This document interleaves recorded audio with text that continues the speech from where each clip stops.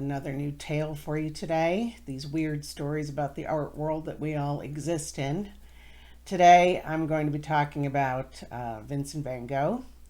Many people believe that he cut off his ear because of a failed love, when in fact, he was working with Paul Gauguin at the time, and the tempers flared between the two men, got into a big argument. So at this time, Van Gogh's mental illness came into play, and he was suffering attacks where he would pass out.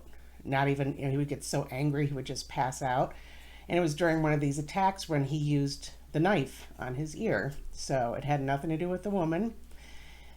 Then, in the aftermath of this breakdown he voluntarily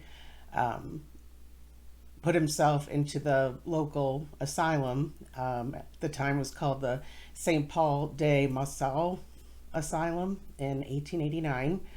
And oddly enough, during this period is when he created some of his best known artworks, the ones that most people know. Even people that aren't really into art, they know these works. So it was kind of odd that during this time, this is when he really became famous later on for these works. These included irises and the blue portrait, the blue self-portrait. And then also Starry Night was painted from the eastern, it was the view from his room of the eastern window that looked out over these fields. And this was what he saw right before dawn. And then he just put the little village in there because there was no village down there. And this is how he did some of his most famous works, was from an asylum.